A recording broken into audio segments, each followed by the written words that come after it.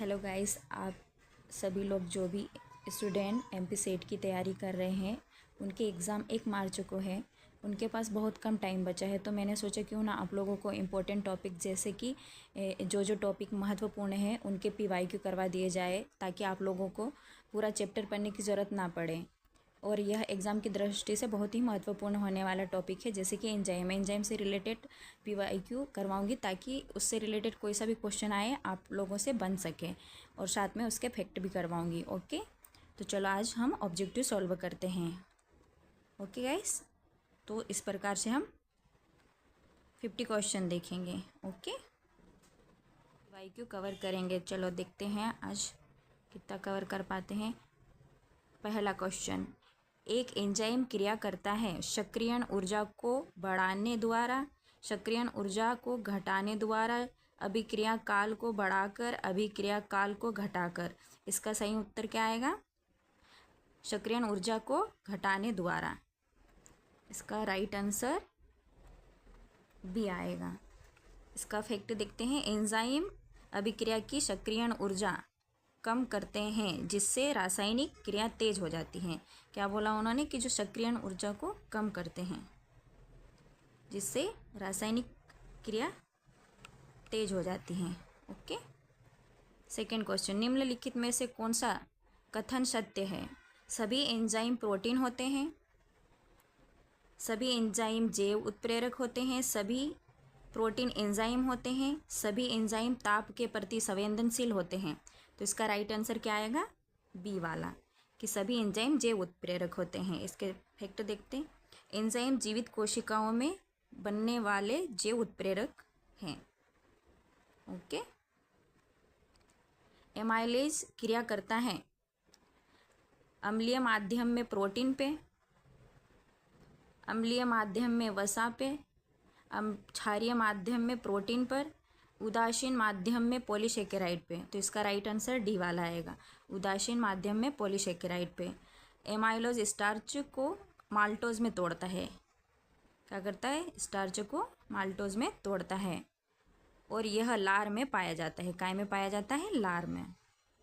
Okay student, आगे बढ़ते हैं। क्वेश्चन नंबर 4, पादप प्रोटियोलेटिक एंजाइम होते हैं। कैसे प्रोटियोलेटिक एंजाइम होते हैं? Pepsin, trypsin, rennin, papain. तो इसका राइट आंसर क्या आएगा? D, papain. तथ्य देखते हैं। पेपेन पपीते से प्राप्त प्रोटीन पाचक एंजाइम है। कैसा? पाचक एंजाइम है। ये काय से प्राप्त किए जाते? पपीते से। कोशिका के भीतर मिलने वाले एंजाइम होते हैं। क्या पूछा है इन्होंने? कि जो सेल होती है उसके अंदर मिलने वाले एंजाइम कौन से होते हैं? ठोस अवस्था में मिलते हैं, क्रिस्टलीय रूप में, कोलाइडी रूप में, विलयन के रूप में। तो इसमें कोलाइडी रूप में आएगा। इसका आंसर सी वाला आएगा, क्योंकि जो सेल होती है, सेल के अंदर जो भी पदार्थ होता है वो थोड़ा गाढ़ा होता है। ओके, एंजाइम कोशिका द्रव्य में कोलाइडी अवस्था में पाए जाते हैं। कैसी अवस्था में? कोलाइडी अवस्था में पाए जाते हैं। क्वेश्चन, नाइट्रीफाइंग एंजाइम बदलता है नाइट्रोजन को अमोनिया में, अमोनिया को नाइट्राइट में, नाइट्राइट को नाइट्रोजन में, नाइट्रोजन को नाइट्रेट में।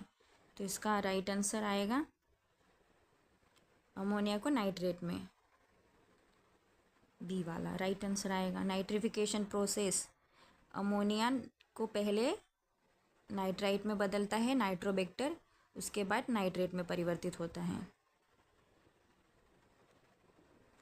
नेक्स्ट क्वेश्चन, जो एंजाइम प्रोटीन को पेप्टोन में बदलते हैं, एमाइलेज, पेप्सिन, लाइपेज, ट्रिप्सिन। तो इसका राइट आंसर क्या आएगा? Pepsin, option B. पेप्सिन जठर रस में पाया जाता है और प्रोटीन को पेप्टोन में तोड़ता है। काय में पाया जाता है? जठर रस में, गैस्ट्रिक जूस में। और ये क्या करता है? प्रोटीन को पेप्टोन में तोड़ता है। शुष्क बीज उच्च तापमान सहन कर सकते हैं, क्योंकि इनमें अधिक संचित भोजन होता है, जल मिलने पर संवेदनशील हो जाते हैं, इनमें जल की मात्रा कम होती है, अंकुरण तेजी से होता है। तो इसका राइट आंसर क्या आएगा? बी वाला। नहीं, सी वाला आएगा, क्योंकि जल की मात्रा कम होती है, इनमें जल की मात्रा कम होती है। जल की मात्रा कम के कारण बीज उच्च तापमान सहन कर लेते हैं। एंजाइम से जुड़ा अतिरिक्त गैर प्रोटीन भाग कहलाता है, यानी non protein part. Hello enzyme, apo enzyme, को एंजाइम, सबस्ट्रेट, तो को एंजाइम कहलाता है। ये वाला क्वेश्चन बहुत बार रिपीट होता है एमपीसेट के एग्ज़ाम में।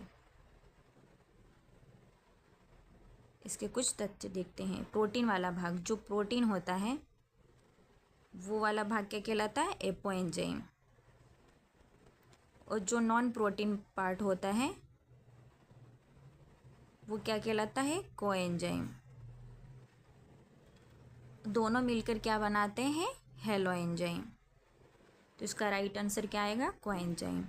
नेक्स्ट क्वेश्चन, एंजाइम पाए जाते हैं सभी जीवित कोशिकाओं में, केवल पत्तियों में, केवल फूलों में, केवल जनन अंगों में। तो इसका राइट आंसर क्या आएगा? ए वाला, सभी जीवित कोशिकाओं में। जैसे कि ये सेल है, सेल में एंजाइम उपस्थित होते हैं। सभी जीवित कोशिकाओं में उपापचयी क्रियाएं एंजाइम द्वारा नियंत्रित रहती हैं। जो भी मेटाबॉलिज्म प्रोसेस की जो क्रियाओं के लिए जो एंजाइम होते हैं वो सारी प्रोसेस किसके द्वारा कंट्रोल होती है? एंजाइम द्वारा। एंजाइम पौधों के लिए उपयोगी होते हैं क्योंकि ये गति नियंत्रित करते हैं, ये क्लोरोफिल बनाते हैं, ये उपापचयी क्रियाओं के लिए आवश्यक होते हैं, ये जल अवशोषण बढ़ाते हैं। तो इसका राइट आंसर क्या आएगा? सी वाला, ये उपापचयी क्रियाओं के लिए आवश्यक होते हैं। प्रकाश संश्लेषण और श्वसन जैसी क्रियाएं एंजाइम पर निर्भर करती है। क्या बोला उन्होंने? फोटोसिंथेसिस और रेस्पिरेटरी जो क्रियाएं होती हैं वो एंजाइम पर निर्भर करती हैं। सभी एंजाइम्स में होते हैं शर्करा, प्रोटीन, वसा या विटामिन्स। तो इसका राइट आंसर क्या आएगा? प्रोटीन्स।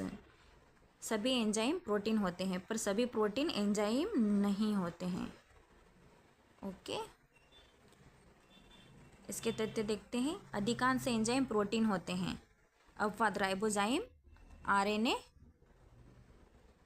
होता है। क्वेश्चन नंबर 13, एंजाइम का सबस्ट्रेट के प्रति अनुपात कितना उच्च हो सकता है?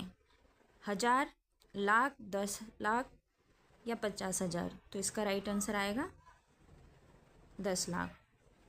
एक एंजाइम अणु लाखों सबस्ट्रेट अणुओं पर कार्य कर सकता है। उच्च टर्नओवर संख्या कितनी होती है? 10 लाख होती है। ये आईएमपी है, एमपी सेट के लिए। नेक्स्ट क्वेश्चन, एंजाइम की क्रिया द्वारा जटिल भोजन पदार्थ का सरल पदार्थों में परिवर्तन कहलाता है। जो जटिल भोजन पदार्थों का सरल पदार्थों में परिवर्तन क्या कहलाता है? तो इसके ऑप्शन देखते हैं। स्थानांतरण, अवग्रहण, पाचन, आत्मसात। तो इसका राइट आंसर आएगा पाचन। एंजाइम जटिल अणु को सरल अणु में तोड़ते हैं, इसे पाचन कहते हैं। नेक्स्ट क्वेश्चन, राइजोबियम जीवाणु लेग्यूमिनस पौधों में नाइट्रोजन स्थिरीकरण करता है।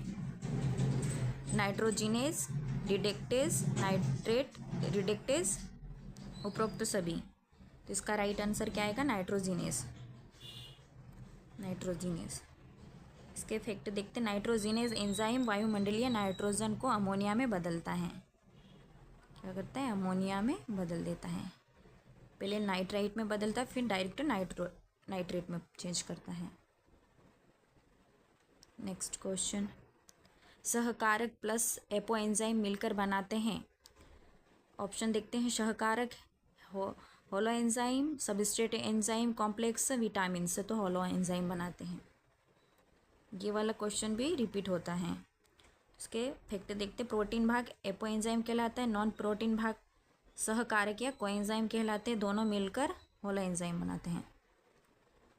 नेक्स्ट क्वेश्चन, C4 पौधों में कार्बन डाइऑक्साइड का प्रथम स्थायी उत्पाद बनाता है। Ribulose diphosphate carboxylase.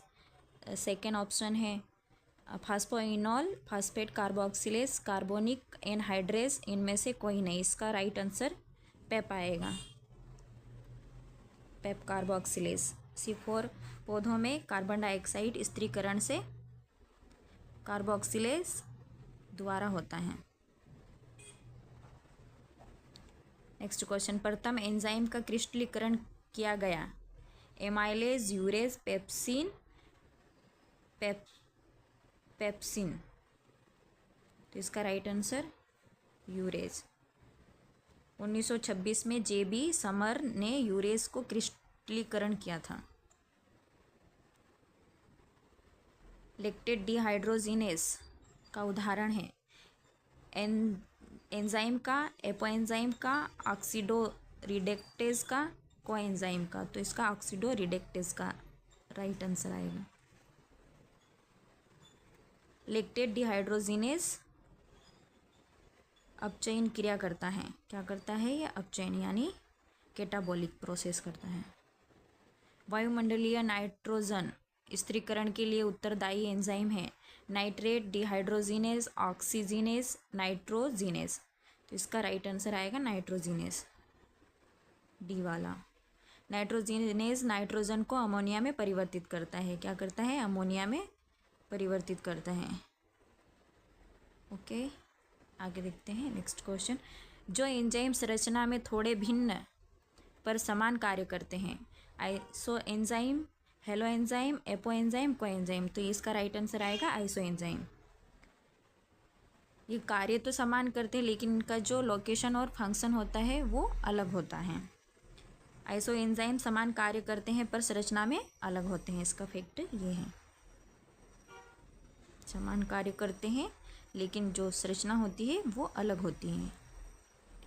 एंजाइम क्रिया का वेग प्रभावित होता है सबस्ट्रेट द्वारा, अंतिम उत्पाद द्वारा, एंजाइम द्वारा, बाह्य कारकों द्वारा। तो इसका राइट आंसर क्या आएगा? डी वाला, बाह्य कारकों द्वारा, बाह्य कारकों द्वारा। जैसे कि pH, तापमान, सांद्रता आदि एंजाइम क्रिया को प्रभावित करते हैं। नेक्स्ट क्वेश्चन, एंजाइम होते हैं अमीनो अम्ल, फैटी अम्ल, कार्बोहाइड्रेट, कार्बनिक फास्फेट। तो इसका राइट आंसर क्या आएगा? अमीनो अम्ल। एन एंजाइम प्रोटीन होते हैं और प्रोटीन अमीनो अम्ल से बने होते हैं।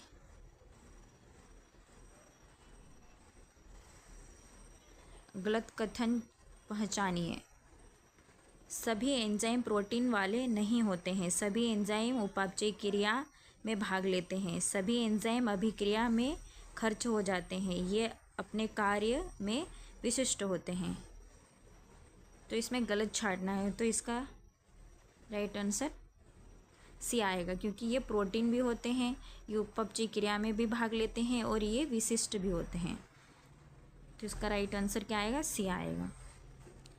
एंजाइम अभिक्रिया के बाद पुनः उपयोग योग्य हो जाते हैं।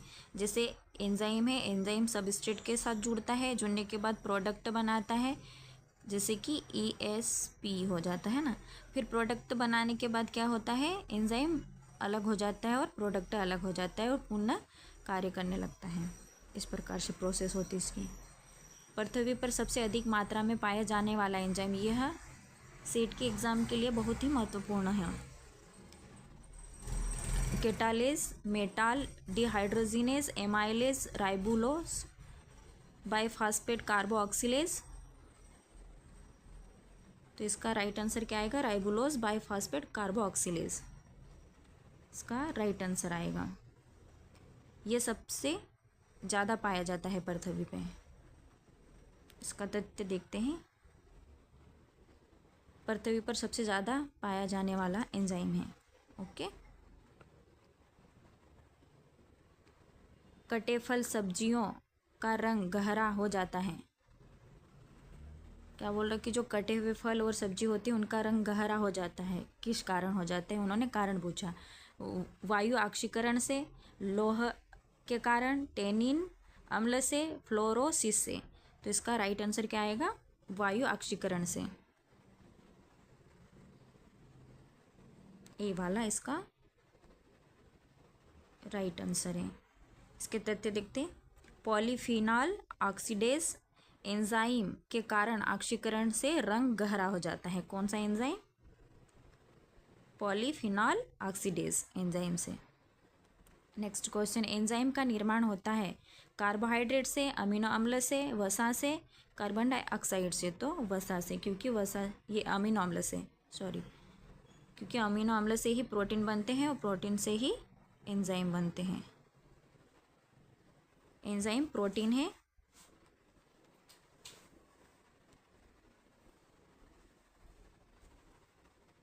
और प्रोटीन अमीनो अम्ल से बने होते हैं। ओके, गलत कथन पहचानिए। सभी एंजाइम प्रोटीन वाले नहीं होते हैं। सभी एंजाइम उपापचयी क्रिया में भाग लेते हैं। सभी एंजाइम अभिक्रिया में खर्च हो जाते हैं। ये अपने कार्य में विशिष्ट होते हैं। तो इसका राइट आंसर सी आएगा। ओके, सॉरी ये क्वेश्चन हो चुके हैं। नेक्स्ट क्वेश्चन, कोई एंजाइम है, समान एंजाइम, एंजाइम का प्रोटीन वाला भाग, कार्बनिक अणु जो कि एंजाइम को सक्रिय करता है, अकार्बनिक अणु को एंजाइम। तो ये कार्बनिक अणु जो एंजाइम को सक्रिय करते हैं। इसका राइट आंसर क्या आएगा? सी वाला। कोई एंजाइम कार्बनिक अणु होते हैं, यानी ऑर्गेनिक मॉलिक्यूल होते हैं जो एंजाइम की क्रिया में सहायता करते हैं। क्या करते हैं? हेल्प करते हैं। ओके, आगे बढ़ते हैं। स्टार्च के अपघटन का एंजाइम है सुक्रेज, सेल्यूलेज, एमाइलेज, इन्वर्टेज। तो इसका राइट आंसर क्या आएगा? एमाइलेज। एमाइलेज स्टार्च को माल्टोज में बदलता है। क्या बोलता है? एमाइलेज स्टार्च को माल्टोज में कन्वर्ट कर देता है या तोड़ता है। राइबोजाइम है बिना शर्करा का आरएनए, बिना फास्फेट का आरएनए, या एंजाइम की क्रिया करने वाला आरएनए, अधिक फास्फेट वाला आरएनए। तो एंजाइम की क्रिया करने वाला आरएनए है। ठीक है, ये अपवाद भी है। ओके, ये एग्जाम की दृष्टि से महत्वपूर्ण है। राइबोजाइम आरएनए है। क्या है ये? एक प्रकार का आरएनए है जो कि एंजाइम की तरह कार्य करता, ना कि ये एंजाइम है। Okay guys, thank you.